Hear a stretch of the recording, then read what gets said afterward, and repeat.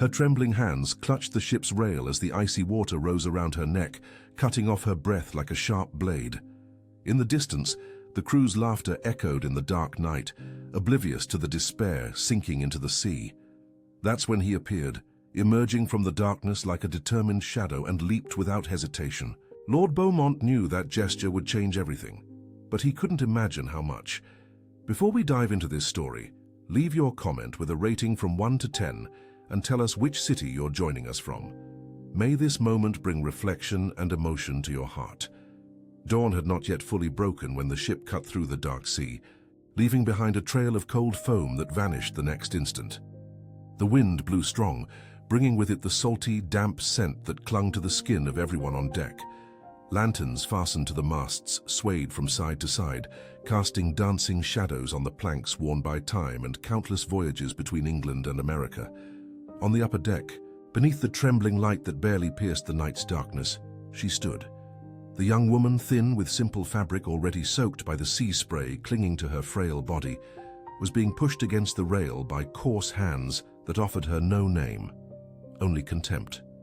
Her pale face reflected the fear she tried to hide, but her large dark eyes betrayed everything she left unsaid. "Look at her, folks. The little lady thinks she's better than us." The crewman's voice cut through the air like a whip. It was Jake, a man of average height, with a sparse beard and small eyes that gleamed with a cruelty learned from the harsh life at sea. He held her arm with unnecessary force, leaving marks that would turn purple the next day, should she be lucky enough to see the dawn. The other crewmen laughed, joining in the taunt. There were about 6 or 7 men there, all with the same look of those who had spent too much time away from solid ground, away from the rules that kept civilization functioning. At sea, things were different. At sea, the one who commanded was the one with the most strength, the one who shouted loudest, the one who wasn't afraid to get their hands dirty. "Please," her voice came out in a hoarse whisper, almost swallowed by the sound of the wind and the waves crashing against the hull. "I didn't do anything. I just want to stay quietly in my corner." "Quietly in your corner?" Jake let out a bitter laugh. "You think you have a right to a corner here, do you? People like you have no rights at all." Her silence, as firm as it was desperate, was broken by another harsh laugh. Jake looked at his companions, seeking approval, and found in their eyes the encouragement he sought. Taken by cruel vanity, he lifted her by the waist as if she weighed nothing, as if she were merely a sack of flour to be discarded. "Let's see if you can swim," he shouted, and with a sudden movement, he threw her into the sea. Her body cut through the air for a second that felt eternal. Then, the shock of the icy water stole the air from her lungs, and the liquid darkness enveloped her completely. The impact was so intense, she couldn't even scream. Water entered her mouth, her nose burning everything inside. Her arms flailed in disordered movements, for she didn't know how to swim, had never learned, had never had the chance to learn. Still, she fought for every second of life, while the ship sailed onward and the distant laughter cut into her chest more than the cold. None of the men ran to the edges. No rope was thrown. Only the muffled sound of the water closing over her, interspersed with laughter that echoed like a whip. Jake wiped his hands on his worn jacket, satisfied with himself, and turned to return to his duties. It was then that, from the side veranda of his cabin, lit by a single chandelier, he saw everything. Lord Henry Beaumont was 42, but seemed to carry the weight of many more years on his broad shoulders and always erect posture. His dark hair, already flecked with white at the temples, was slightly disheveled by the night wind. His face, marked by fine lines around his grey eyes, revealed someone who had lived, who had lost, who truly knew pain. He was there, on his cabin's veranda, because he couldn't sleep. It had been 3 years since his wife Eleanor had passed, taken by a fever that not even the best doctors in New York City could cure. Since then, sleep came in small fragments, always interrupted by relentless memories. He had decided to make that voyage back to England precisely to try and escape the memories that haunted every corner of his estate in Virginia. But now there, before that scene, all his own sorrows seemed small. His breath caught for an instant when he saw the young woman's body disappearing into the dark waters. There was no hesitation. There was no time to think. He ran, his heavy coat spreading like wings, his shoes thudding loudly on the deck planks, and leaped into the dark sea before anyone even had time to stop him. The impact of the water was brutal. The cold cut like 1,000 knives penetrating to the bone. But he was strong, accustomed to the icy rivers of the mountains, and his arms began to move automatically, cutting through the water with determination.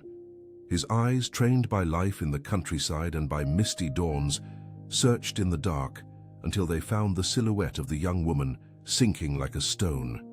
He swam towards her with full strength, each stroke pulling him closer. When he finally reached her, his firm hands wrapped around her trembling shoulders. She was almost unconscious, but still struggled weakly, her survival instinct fighting against mortal exhaustion. He pulled her to the surface, feeling the weight of the despair that permeated that fragile body. When her head emerged, she gasped water mixed with air, letting out an almost inaudible groan.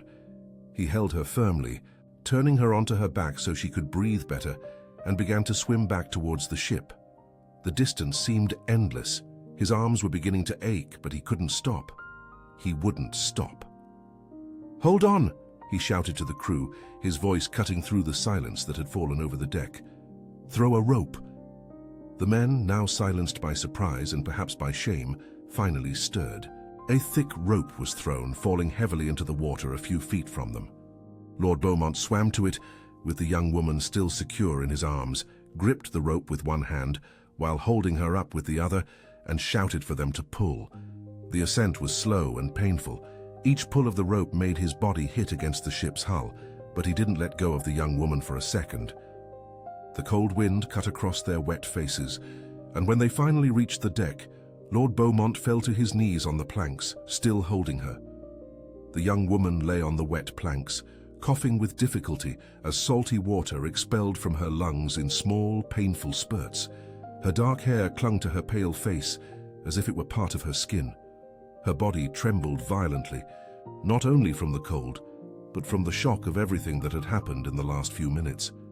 Her eyes, still clouded by the recent struggle, met his for a brief instant. They were eyes that mingled fear, gratitude, and a timid glimmer that revealed a lifetime of silent resistance. She tried to speak, but only a hoarse sound escaped her throat, raw from the salty water. "Stay still," Lord Beaumont said softly, taking off his own wet coat to cover her. It wasn't much protection against the pre-dawn cold, but it was all he had. Then he turned to the crewmen who remained standing around, watching the scene as if observing a spectacle they didn't quite understand. "Fetch blankets and warm water, quickly." His voice carried a natural authority, the kind that comes from one born to command, but it also held something more. It held anger. It held indignation. No one dared to defy him.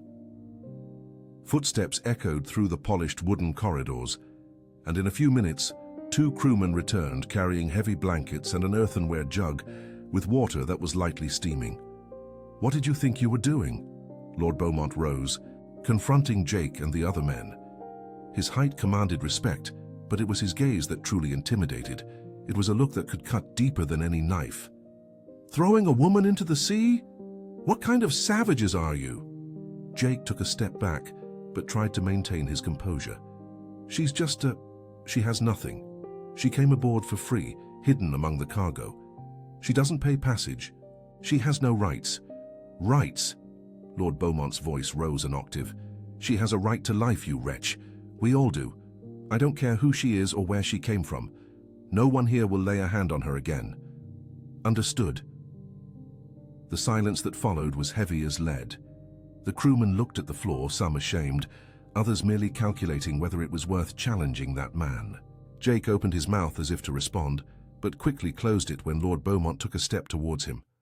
"Understood," Lord Beaumont repeated, this time lower, more dangerous.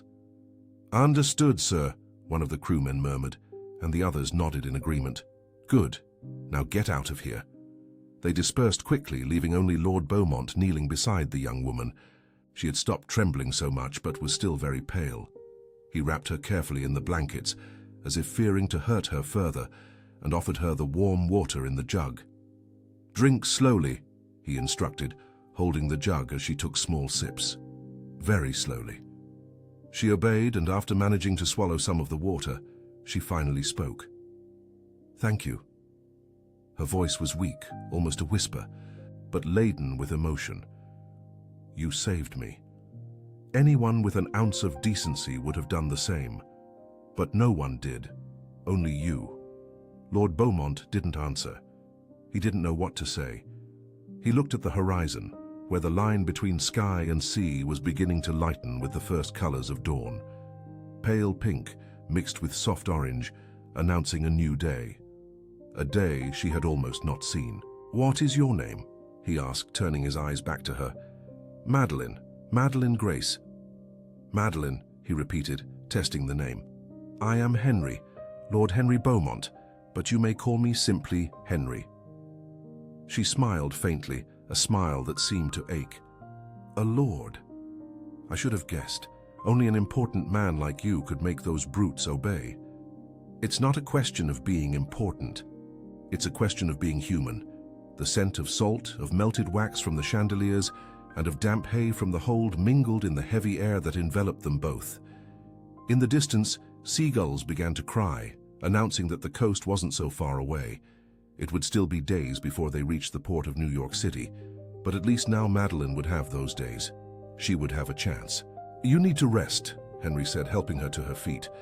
She swayed a little, her legs still weak, and he steadied her firmly. I'll take you to a cabin. You can stay there until we reach America. But I have no way to pay. I don't care about that. You are my guest now. Madeline had no strength to argue. She allowed herself to be guided through the ship's narrow corridors, climbing a small staircase and passing several wooden doors until they reached a small but clean and tidy cabin. There was a narrow bed with white sheets, a table with a chair, and a round window that looked out onto the sea. Rest, Henry said, helping her lie down. Tomorrow we'll talk more. She was already almost asleep when he left, closing the door softly behind him. In the corridor, he stood still for a moment, breathing deeply. His clothes were still wet, clinging to his body, and he was starting to feel the cold penetrating to his bones. But it wasn't the cold that bothered him. It was the image of those men laughing as they threw a woman into the sea. It was the feeling that something was very wrong with the world when such things could happen without anyone doing anything. He walked to his own cabin, larger and more luxurious, with dark wooden furniture and a Persian rug on the floor. He changed his clothes, putting on dry trousers and a clean shirt, and sat in the chair by the window. Outside, the sun was now fully rising, painting the sky golden and making the water sparkle as if it were made of liquid diamonds. Henry thought of his wife, as he always did when something important happened. Would Eleanor have approved of what he did? Would she have thought he was reckless, risking his own life like that? Or would she have understood that he had no choice, that letting that young woman die would be worse than dying trying to save her? He closed his eyes, feeling a solitary tear escape and roll down his face. 3 years, and the pain was still there, alive, pulsing. But perhaps, just perhaps, saving Madeleine was a sign that there was still purpose in his life, that there were still reasons to keep waking up every day. The days that followed passed in a kind of strange and new routine. Madeline recovered slowly, but each morning she seemed a little stronger, a little more present. The sun filtered through the ship's circular windows, illuminating her face in golden tones that made her eyes shine in a way Henry couldn't help but notice. He maintained a certain respectful distance, visiting her only 2 or 3 times a day to see if she needed anything. But even in these brief moments, he observed the quiet courage she displayed by not complaining about the pain she surely felt in her bruised body. He observed how her gestures were always restrained, as if she had learned her whole life to occupy the smallest possible space. "Good morning, Madeleine," he said on a clear morning, entering the cabin after knocking and waiting for her permission. He carried a tray with fresh bread, cheese, and fruit. "I brought breakfast." She was sitting on the bed, her back against the wooden wall, and smiled when she saw him. It was still a timid smile, but it no longer held the deep fear she had carried in the first few days. "You don't have to do this. I can go get food." "I know you can, but I like to bring it." "Why?" The question caught him off guard. He placed the tray on the small table and stood for a moment, thinking of the answer. Why indeed? He could simply send a servant to bring her meals. He could even stop worrying about her, let her fend for herself now that she was better. But he couldn't, because I want to make sure you're well, he finally answered, being honest with himself and with her. Because what they did to you, it wasn't right. And I want you to know that not all men are like that. Madeline lowered her eyes, picking up a piece of bread and beginning to eat slowly. I know not all men are like that, but those who aren't, they are rare. Tell me about yourself, Henry asked, sitting in the chair. Where do you come from? Why were you on that ship? She hesitated, as if unsure whether she should trust him with her story. But something in his gaze, something genuine and interested, made her decide to speak. I'm from London. I was born there in a narrow alley near the docks. My mother worked as a laundress, and I helped her for as long as I can remember. When she died 2 years ago, I was left alone. I'm sorry. Thank you. I tried to continue her work, but it was difficult. The other laundresses didn't like me. They said I was stealing their customers. It wasn't true, but it didn't matter. I ended up losing everything, the small house we had, the few possessions we owned. I was left on the streets. Henry felt his chest tighten. He, who had always had everything, who had never known want, couldn't quite imagine what that was like. And how did you end up on the ship? I met a woman who told me there were opportunities in America, that people there needed workers, that they paid well. I saved every coin I could, doing small jobs here and there, but it wasn't enough for passage. So I hid. Among the wine barrels in the hold, I thought that if I could reach America, I could start anew. And the crew discovered you. Yes, on the 3rd day of the voyage. They found me when I went out to get water. They were furious, said I was an intruder, a thief. They made me work in the galleys to pay for my passage, but it was never enough. There was always something more I had to do, always someone humiliating me, treating me as if I were nothing. Her voice began to tremble, and Henry saw tears forming in her eyes. And that night, I argued with Jake. He wanted me to do things I wasn't willing to do. I said no, and he got angry. That's when everything happened. Henry felt the anger rise again, hot and intense. That damn Jake. If he could, he'd throw the man overboard too, see how he liked it. But he controlled himself, taking a deep breath. You were brave. For refusing, for resisting. Many people would have given in. I'm not sure if it was courage or just stubbornness. My mother always said I was too stubborn for my own good. Stubbornness is just another name for willpower. She smiled again, this time a wider, truer smile. You have a way of looking at things that makes me feel better. Call me Henry, please. I've asked you before. All right. Henry? The name sounded strange on her lips, as if she wasn't accustomed to speaking with such familiarity to someone of such high standing. But she liked the way it sounded. They talked for a while longer, and Henry told her a little about himself, about his estate in Virginia, about the cotton fields that stretched as far as the eye could see, about the workers he treated with respect and dignity, paying fair wages, about Eleanor, his wife, who had been the love of his life and whose face he still saw in his dreams every night. She was special, he said, his voice growing softer. She knew how to laugh at the small things. She knew how to turn a house into a home just with her presence. When she died, it was as if the light went out. And you came to England to forget?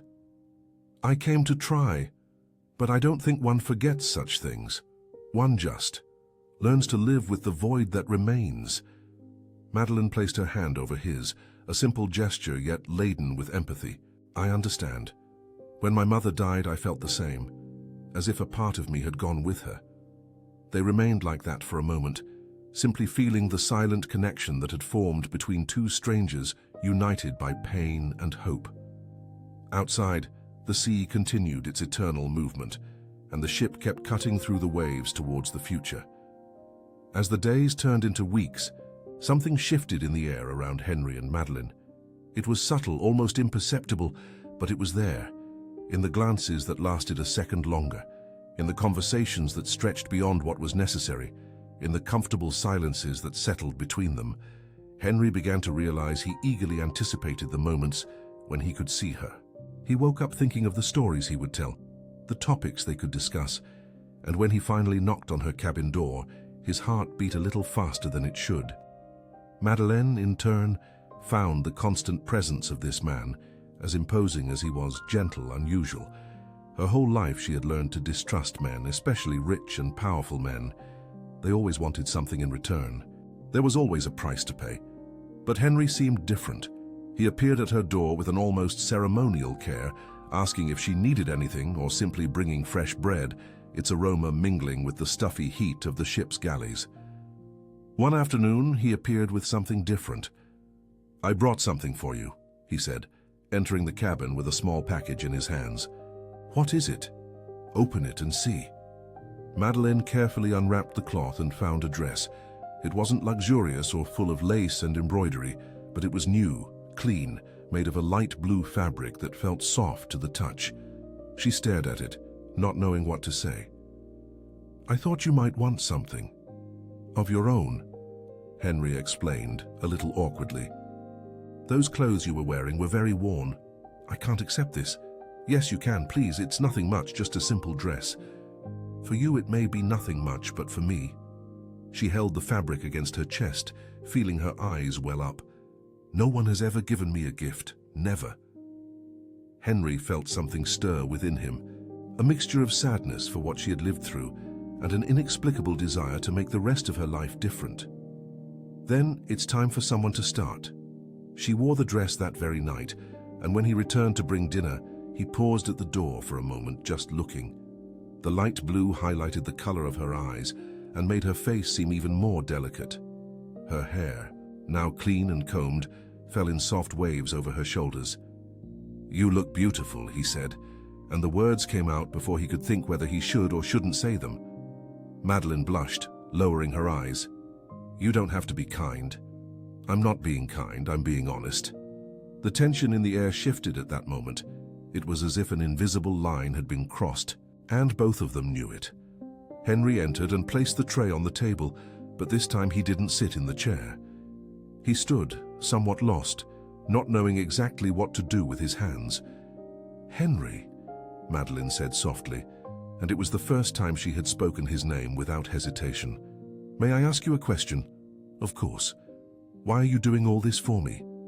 The question was direct, without circumlocution, and deserved an equally honest answer. Henry took a deep breath, trying to put into words something he himself didn't fully understand yet. "When I saw you fall into that water, it was as if something inside me awakened. For 3 years I've just been existing, going from one day to the next without truly living. But when I saved you, I felt there was a purpose again. And then when I started to get to know you, I realized you are special." "Special?" She laughed, but it wasn't a laugh of mockery. It was a sad, disbelieving laugh. "I'm a poor girl from London who hid on a ship. There's nothing special about me." "Yes, there is. You have a strength most people will never possess. You've been through things that would break many. But you're still here, standing, fighting. That is more than special, that is extraordinary." Madeleine remained silent for a long moment, processing his words. No one had ever spoken of her that way. No one had ever seen anything beyond a poor, dirty, worthless girl. But Henry saw. He truly saw. "I'm afraid," she confessed in a low voice. "Afraid that this is just a dream, that I'll wake up and be back in that alley in London, or worse, at the bottom of the sea." Henry walked to her, slowly, and took her hands in his. They were small hands, calloused from hard work, but warm and alive. "It's not a dream. You are here. You are safe. And I will do everything I can to ensure you remain so." Their eyes met, and for a moment it seemed the entire world had stopped. The ship, the sea, everything vanished. There was only the two of them in that small cabin, with the moonlight streaming through the round window and creating a silvery glow around them. Henry raised his hand and gently touched her face, his thumb caressing the soft skin of her cheek. Madeleine closed her eyes, allowing herself to feel that gentle touch, so different from anything else she had ever experienced. But then she opened her eyes again and took a step back, breaking the moment. "I can't," she whispered. "You are a lord. I am no one. This can't work." I don't care about titles. But the rest of the world does care, and I don't want to be the reason you suffer. Henry wanted to argue, wanted to say that none of it mattered, but he knew she was right. The world outside was not kind to those who broke society's rules, and the more he thought about it, the more he realized he was putting Madeleine in a difficult position. "I'm sorry," he said, stepping back as well. "I shouldn't have." "No, don't apologize. I need time to think." He nodded, understanding, or at least trying to understand. He left the cabin and walked down the dark corridor, feeling the ship sway beneath his feet. Back in his own cabin, he threw himself onto the bed and stared at the wooden ceiling, thinking about everything that had happened. The following days were strange. Henry continued visiting Madeleine, but there was a distance that hadn't existed before. They talked about trivial things, about the weather, about news arriving from other ships that crossed their path. But they didn't speak about that moment, about that almost kiss that had lingered in the air like an unfulfilled promise. Madeleine spent long hours alone in the cabin, thinking. She thought about her life until then, about all the times she had been pushed, humiliated, treated as less than nothing. She thought about her mother, who always told her to keep her head high no matter what happened. And she thought about Henry, that man who had appeared in her life like a ray of light piercing the darkness. She wasn't naive. She knew that a relationship between them would be complicated, perhaps even impossible. But she also knew that what she felt for him was real. It was frightening and new, but it was real. One night, unable to sleep, she left her cabin and walked to the deck. The moon was full, large and white in the dark sky, reflecting on the water and creating a silvery path that seemed to lead to infinity. The wind was calm, just a gentle breeze stirring her hair. She wasn't alone. Henry was there too, leaning on the rail, looking out at the sea. He turned when he heard her footsteps and their eyes met. "Can't sleep either?" he asked. "No, my mind won't stop." "I know the feeling."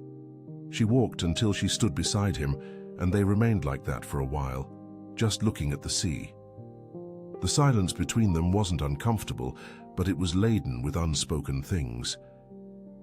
"Henry," she began, finally breaking the silence, "I need to tell you something." "I'm listening." "I'm afraid of growing attached to you and then losing everything. I've lost so much in life that I don't know if I can bear to lose anymore." He turned to face her, his face serious but gentle. "I am afraid too. Afraid that my feelings might be a betrayal of Eleanor's memory. Afraid of not being strong enough to protect you from what people will say. But do you know what I realized? Fear is only worthwhile when it stops us from doing something foolish. And this, what's happening between us, isn't foolish. It's the most real thing I've felt in years." Madeleine felt tears streaming down her face. "But what if it doesn't work out? What if people tear us apart? Then we will fight. We will fight with everything we have." She laughed through her tears. "You speak as if it were easy. It's not easy, but it's worth it." He took her hands again, intertwining their fingers. This time she didn't pull away. She let herself stay there, feeling his warmth, his strength, and allowing herself to believe, if only for a moment, that perhaps a happy ending awaited her. "Madeleine," he whispered, and there was an intensity in his voice that made her heart race. "May I kiss you?" She looked into his eyes, those grey eyes that had seen so much pain but could still shine with hope, and nodded. "Yes." The kiss was soft at first, almost hesitant, as if both were testing something new and unknown. But then it deepened, becoming more urgent, more real. It was as if all their stored emotions were finally being released, as if a dam had broken and now everything flowed freely. When they separated, both were breathless, smiling like teenagers who had just discovered love for the first time. And perhaps in a way that was exactly what it was. "I don't regret it," Madeleine said, and her voice sounded stronger, more confident. "Neither do I." They spent the rest of the night on deck, talking, laughing, sharing stories and dreams. They spoke about the future, about what it would be like when they arrived in America. Henry promised he would give her a place on his estate, not as an employee, but as, well, he wasn't exactly sure yet, but he knew he wanted her close. Madeline spoke of her dream of having her own home, a place she could call her own. She spoke of learning to read and write properly, because she only knew the basics her mother had managed to teach her. She spoke of wanting to plant a garden with colorful flowers, something she had always found beautiful, but had never had the opportunity to have. "You will have all of that," Henry promised. "I will make it happen." And for the first time in a long while, Madeline allowed herself to believe that the future could be good, that there would be more than just survival, that there would be life, joy, love. But not everything was peace and happiness aboard the ship.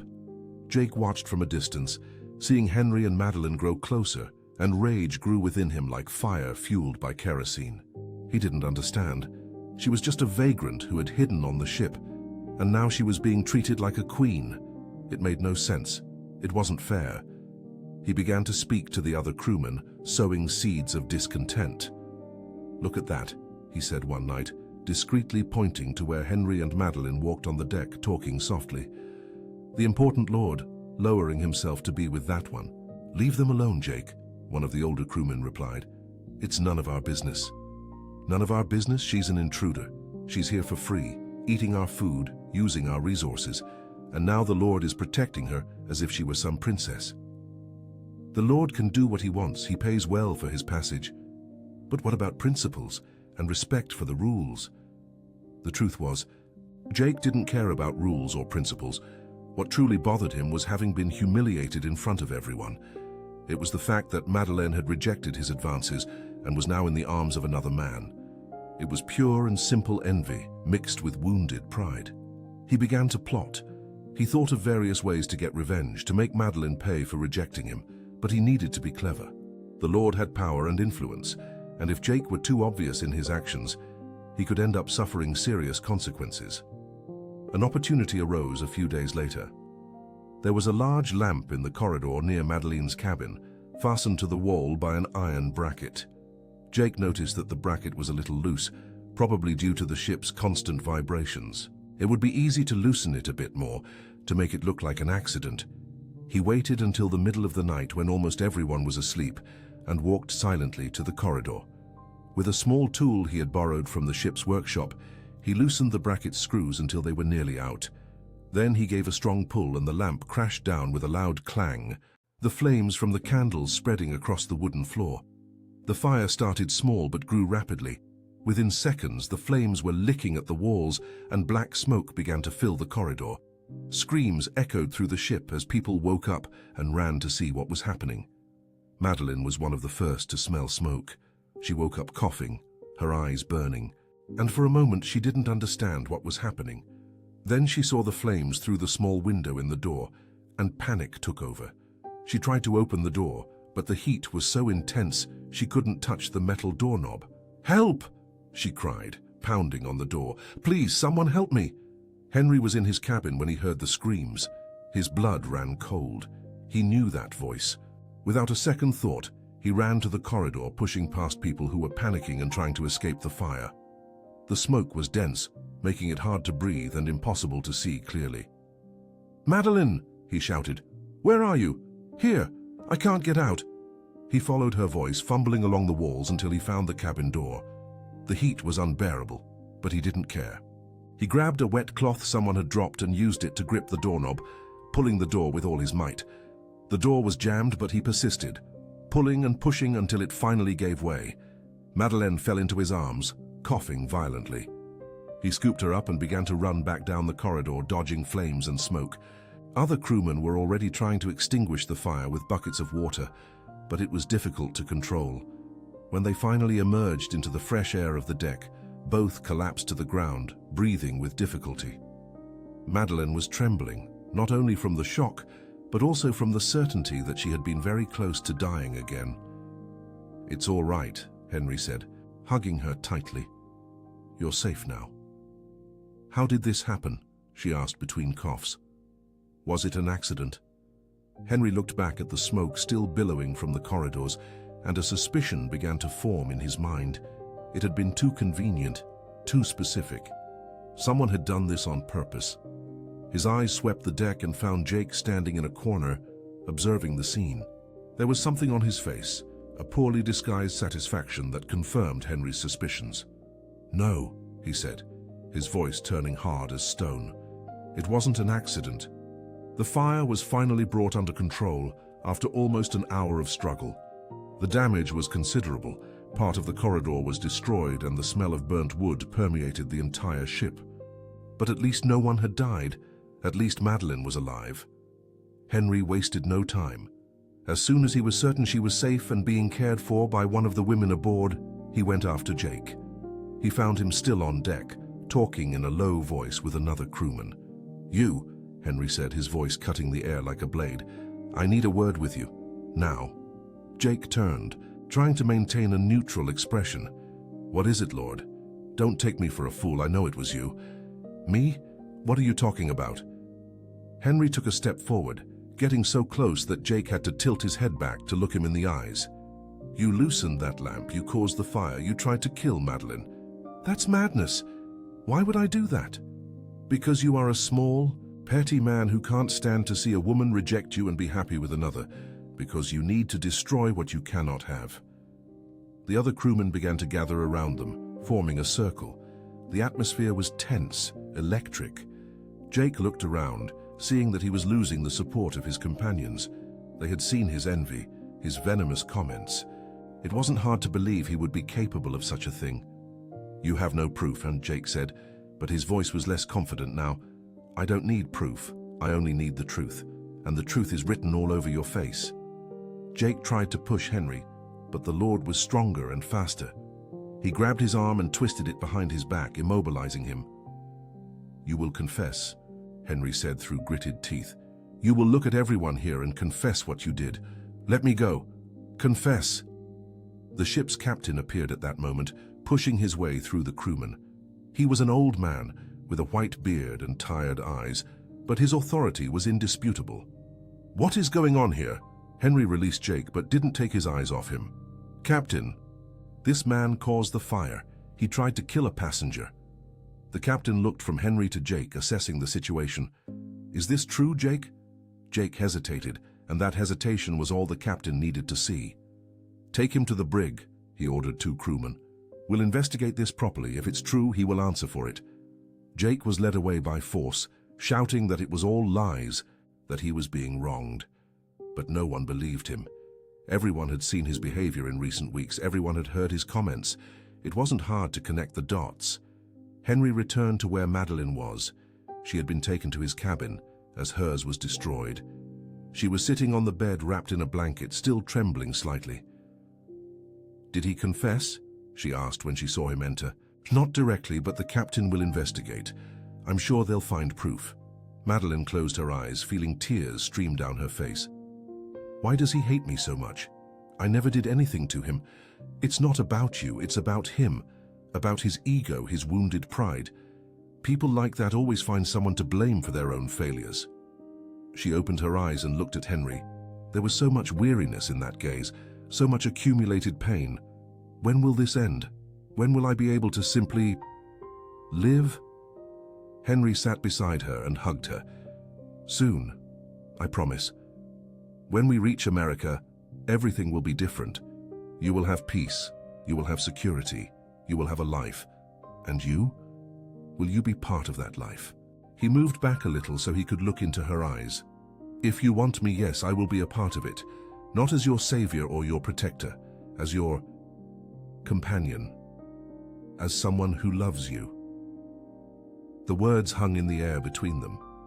It was the first time he had said it so clearly, without hesitation. Madeleine felt her heart quicken, felt a mixture of fear and joy so intense she could barely breathe. "You love me," she whispered. "Yes. I know it's fast, I know it's complicated, but yes, I love you." Madeleine didn't answer with words. She simply leaned in and kissed him, pouring into that kiss everything she felt and couldn't express. The relief of being alive, the gratitude for having him in her life, and yes, the love that was growing within her day by day. They remained like that for a long time, just embracing, feeling each other's warmth, while the ship continued its journey across the infinite sea. Outside, the storm of problems they faced had not yet completely passed. But inside, in that moment, there was peace. The following days were calmer. Jake was kept imprisoned in the brig, waiting to be handed over to the authorities when they reached port. The captain's investigation found sufficient evidence: the loose screws, the tool marks where the lamp's bracket had been sabotaged. There was no longer any doubt. The atmosphere on the ship changed after that. The crewmen who had once followed Jake, or at least tolerated his behavior, now avoided him as if he were a contagious disease. Madeleine began to be treated with genuine respect, no longer out of fear of the Lord, but because they finally saw in her a real person, someone who had been a victim of terrible injustices. One morning, one of the ship's cooks, a robust woman named Rose, appeared in the cabin where Madeleine was staying. She carried a tray with fresh coffee and bread still warm from the oven. "I brought coffee for you, miss," she said, placing the tray on the table. Madeleine was surprised. "Thank you, Rose. But you don't need to call me miss, I'm just Madeleine. No, lass, you deserve respect. We wronged you, let that scoundrel do what he did. But now things will be different." Madeleine's eyes welled up. "I never wanted to cause trouble. I just wanted a chance to start over. And you will have it. The Lord is a good man. If he decided to look after you, it's because he saw something special. We see it now too." After Rose left, Madeleine pondered how her life had changed in such a short time. From hidden in the hold, humiliated and nearly dead, to being treated with dignity, and all because of Henry, who had appeared like an angel when she needed him most. Henry, in turn, spent his days ensuring everything was prepared for their arrival in America. He sent letters ahead, informing his estate managers that he would arrive with a special guest. He bought fabrics and other materials at the small ports where they stopped to resupply, thinking about how to make the room Madeleine would occupy comfortable. But there was something that bothered him. He knew that upon arriving in America, they would have to face society. People would talk, they would say he was lowering himself, that he was dishonoring his wife's memory. They would say terrible things about Madeleine, things that would make her feel small again. One evening he shared these concerns with her. They were on deck, as was their custom, watching the stars that seemed infinite in the dark sky. "Madeleine, I need you to understand something," he began, holding her hands. "When we arrive in America, it won't be easy. People will judge. They will talk. Some will be cruel. I know that, Henry. I'm not naive. I know you're not. But I want you to know that no matter what they say, I will be by your side. Always." She smiled, squeezing his hands. "And I will be by your side too. I've learned my whole life to bear what people say. I can bear a little more as long as I have you with me. There's something else I want to ask you." He paused, taking a deep breath, nervous in a way she had never seen. "When we arrive, I want you to live in the main house of the estate. Not in the servants' quarters, but with me, as my wife." Madeleine was speechless. She had imagined many things, but marriage, that was more than she dared to dream. "Henry, are you sure? I have nothing to bring to this marriage. No dowry, no important family, nothing. You bring yourself, and that is more than enough. But what about your family and your friends? Will they accept it?" "Some will, others won't. But in the end, the only opinion that matters is ours. Will you marry me?" Madeleine looked at the man who had completely changed her life. She saw in him not just the rich and powerful lord, but the gentle man who had risked everything to save her. The man who listened to her stories, who respected her fears, who made her feel she was worth something. "Yes," she said, and her voice came out firm, without hesitation. "I want to marry you." The smile that lit up Henry's face was so radiant, it seemed to compete with the stars above them. He picked her up in his arms and spun her around, laughing like a boy. And Madeleine laughed too, feeling a happiness so pure it almost hurt. When he set her back down, they kissed again, and that kiss was different from the others. It was a kiss of promise, of commitment, of future. It was the kiss that sealed a pact between two souls who had met in the most improbable place and, against all odds, had decided to build something together. In the days that followed, news of the engagement spread throughout the ship. Some people were genuinely happy, others merely curious. The captain offered to perform the ceremony right there on the ship, but Henry preferred to wait until they reached solid ground. He wanted it to be special, in a real church, with flowers and music. Madeleine began to dream of the wedding, of the life they would have together. She spent hours imagining the estate, the cotton fields, the grand house that would be her home. She imagined waking up every day beside Henry, having breakfast together, walking through the fields at dusk. It was a future so beautiful that sometimes she was afraid to believe in it. But the future was coming. The coast of America was already visible on the horizon, a dark line that promised solid ground, fresh air that didn't smell of the sea, and a new beginning for both of them. The port of New York City appeared on a clear morning, sparkling under the strong sun that made the bay water glint like scattered diamonds. Madeleine stood at the rail, watching the city grow before her eyes. It was larger than she imagined, full of white buildings, churches with tall spires, and a constant movement of people and carriages. "It's beautiful, isn't it?" Henry said, appearing beside her. "It's enormous. I've never seen anything like it. London is large too, but I only knew the poor alleys. I never saw the real city, never had a chance to explore." Henry took her hand. "Then let's explore together. We'll spend a few days here in New York before we go to the estate. I want to show you everything." The emotion in her eyes was palpable. "Truly? Truly. You deserve to see the world, Madeleine, and I want to be the one to show you." When the ship finally docked, there was an organized chaos of stevedores, passengers, merchants, all moving like an anthill. Jake was taken by the authorities, still protesting his innocence, but no one believed him. Henry watched the scene with satisfaction. Justice, finally. A luxurious carriage was waiting for them, sent by Henry's estate managers. The coachman, a middle-aged black man named Benedict, greeted his master with genuine respect and looked at Madeleine with polite curiosity.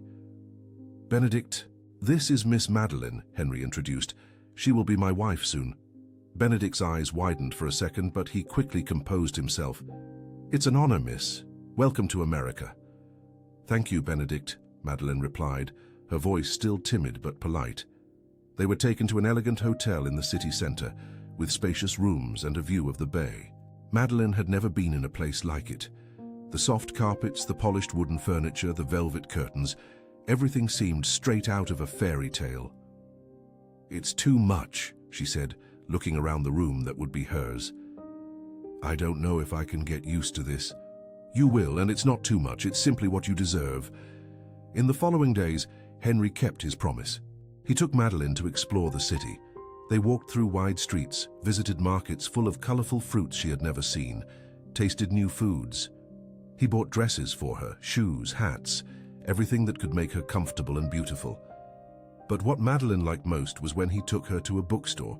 It was a small but welcoming place, with shelves from floor to ceiling packed with books.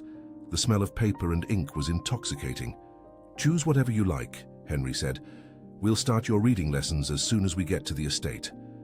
She chose 3 books, caressing the covers with reverence, as if they were precious treasures. And to her they were. They were portals to worlds that had always been beyond her reach, but which now opened up to her. During these days, Henry also took care of practical matters. He visited the county clerk's office to register his intent to marry, spoke with a reverend about performing the ceremony in the estate chapel, and ordered gold wedding bands at a traditional jeweler. But there was something he needed to do that he had been postponing. He needed to visit some friends in high society, people who knew Eleanor, people who would expect explanations about his new fiancée. The first visit was to the Aldridge home, a traditional family who had been close to Henry and Eleanor. Mrs. Aldridge, an elegant woman in her 50s, received him in the drawing room with tea and biscuits. "Henry, what a joy to see you back," she said, kissing both his cheeks. "How was the voyage?" "Interesting. In fact, I need to tell you something important." He told the story, omitting the most dramatic details, but making it clear that he had fallen in love with Madeleine and intended to marry her. Mrs. Aldridge listened in silence, her expression shifting from interest to surprise and finally to something that resembled contained disapproval. "I see," she said when he finished. "It is certainly unexpected. A young woman of such humble origins." "Origin does not define character," Henry interrupted, his voice firm. Madeleine is an extraordinary woman. Brave, kind, strong. Anyone who takes the trouble to know her will see that. I'm sure. But you understand that people will talk, don't you? Society can be cruel. Let them talk. I will not live my life based on what others think. Mrs. Aldridge sighed. Eleanor would have liked that stubbornness of yours. She always said you had a very big heart. Eleanor's name brought a heavy silence. Henry looked at his hands, breathing deeply. I loved Eleanor with everything I had. But she is gone and I am still here. I have a right to seek happiness again. You do. And if this young woman makes you happy, then you have my blessing. But be prepared. Not everyone will be so understanding. She was right. The other visits were more difficult. Some people were politely cold, others openly hostile. One lady in particular, Mrs. Marianne, was especially cruel. It's a disgrace, she said without mincing words. Eleanor is barely cold in her grave and you're already marrying a common girl you found on the streets. Henry stood up, anger burning in his chest. Mind your words, Mrs. Marianne. Madeleine is not just anything. And as for Eleanor, she would not have wanted me to spend the rest of my life alone and unhappy. She was far too generous for that. You're making a fool of yourself, then let it be. Better to be foolish and happy than sensible and miserable. He left that house with his blood boiling, but also with renewed certainty. It didn't matter what others thought. He had made his choice and it was the right choice. When he returned to the hotel, Madeleine immediately noticed something was wrong. What happened? He told her about the visits, about people's reactions. She listened in silence, and when he finished, there were tears in her eyes. I knew this would happen. Perhaps it's better if... No, Henry interrupted, taking her face in his hands. Don't say that. Don't let them win. People like that only have power if we let them. But I don't want to be the reason you lose your friends. True friends will understand, and those who don't were never truly my friends. Madeleine nodded, wiping her tears. You are stronger than I am. I'm not. I'm just a man who knows what he wants, and I want you. That night, lying in her bed at the hotel, Madeleine thought a great deal about everything. She thought about the difficulties they would still have to face, the judging glances, the whispered comments. But she also thought about Henry, about how he had fought for her from the very first moment, about how he saw her not as a poor girl from London, but as someone worth loving. And she decided that she too would fight. She would show all those people that she had worth, that she deserved to be by Henry's side. Not because she was rich or born into an important family, but because she was herself. And that was enough. The journey to the estate took 3 days. When they passed through the wrought iron gate, Madeleine saw cotton fields stretching to the horizon, and in the center a majestic 2-story white house that gleamed under the sun. Is all this yours? She asked, incredulous. Ours. It will be ours. The servants came out to receive them. Henry introduced Madeleine to each one, but she noticed that Mrs. Josephine, the elderly housekeeper, looked at her with suspicion. Henry showed her the entire house. Each room was more beautiful than the last, but what caught Madeleine's attention was Eleanor's portrait in the bedroom. I can take it down, if you wish, Henry said. No, she is part of your history. In the following days, Madeleine learned the routine of the estate and began to help in the kitchen. Mrs. Josephine observed everything until one day she approached. I want to apologize. I was cold to you because I loved Mrs. Eleanor. But I've seen how he looks at you. Mrs. Eleanor would have liked you. The wedding was set for a month later, but a week before Mr. Augustus appeared unannounced, bringing a cousin named Helen. During dinner, Augustus spent his time praising Helen. She studied at the best schools, speaks 3 languages, plays the piano, and has a considerable dowry. Madeleine felt smaller and smaller. Henry struck his fork on the table with force. Augustus, I don't know what game you're playing, but I love Madeleine. I'm going to marry her and nothing will change that. He took her hand, and they went out onto the veranda together. I'm sorry, he said. I didn't know he would do that. Perhaps you should marry someone like Helen. Stop that. Henry held her face. You are real. You are strong. You saved me as much as I saved you. You gave me a reason to live again. Don't let anyone make you doubt that. I love you, Henry. You don't need to be afraid. We're in this together. The wedding day arrived. Madeleine wore a simple white dress with wildflowers in her hair. The chapel was filled with workers and true friends. When she reached the altar, Henry whispered, "You are the most beautiful woman I have ever seen." In his vows, Henry said, "Madeleine, when I met you, I was lost. You changed everything. I promise to love you every day of my life and to fight for us, no matter what the world says." Madeleine took a deep breath. "Henry, you saved me from the hopeless life I was living. You showed me I am worthy of love. I promise to be your companion in all things and to love you with all my heart. By the power vested in me, I now pronounce you husband and wife. You may kiss the bride." The celebration was joyful, with music, dancing, and abundant food.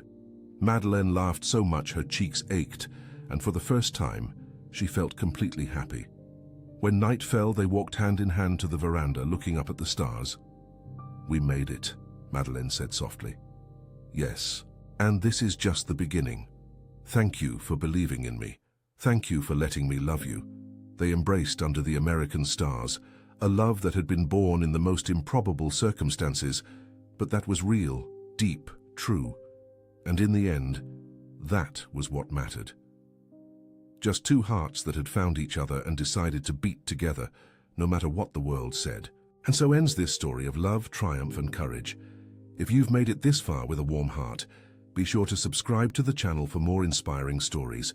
Leave a like to help us reach more people who need to believe that there is always hope. In the comments, tell us which moment touched your heart the most. Share with someone who needs to believe in new beginnings. Until next time.